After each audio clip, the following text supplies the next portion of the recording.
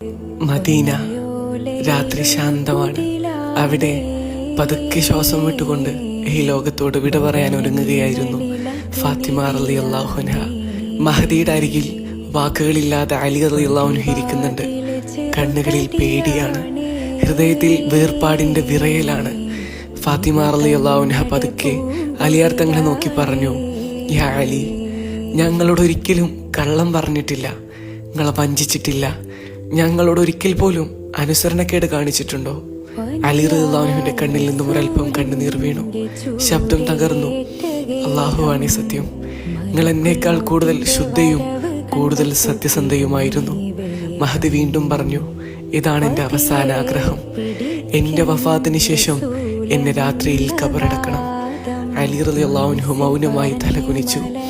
വാഗ്ദാനം കണ്ണീരിലെഴുതി. അല്പസമയത്തിന് ശേഷം ഫാത്തിമ റളിയല്ലാഹു അൻഹയുടെ ശ്വാസം ശാന്തമായി. മഹദി ഈ ലോകത്ത് നിന്നും വിട പറഞ്ഞുപോയി. രാത്രിയിൽ ഖബറിനുള്ളിൽ അലി റളിയല്ലാഹു അൻഹു സ്വന്തം കൈകളാൽ മഹദിയെ വെച്ചു. മണ്ണ് വീഴുമ്പോൾ ഹൃദയം തകർന്നു. ഖബറിനരികിൽ നിന്ന് അലി റളിയല്ലാഹു അൻഹു വിറയുന്ന ശബ്ദത്തിൽ പറഞ്ഞു, യാ റസൂലല്ലാഹ്, നിങ്ങളുടെ അമാനത്ത് ഞാൻ തിരികെ നൽകിയിട്ടുണ്ട്. പിന്നെ ഖബറിലേക്ക് തിരിഞ്ഞുകൊണ്ട് പതുക്കെ പറഞ്ഞു, യാ ഫാത്തിമ, നീ പോയതിൽ പിന്നെ ഈ ലോകം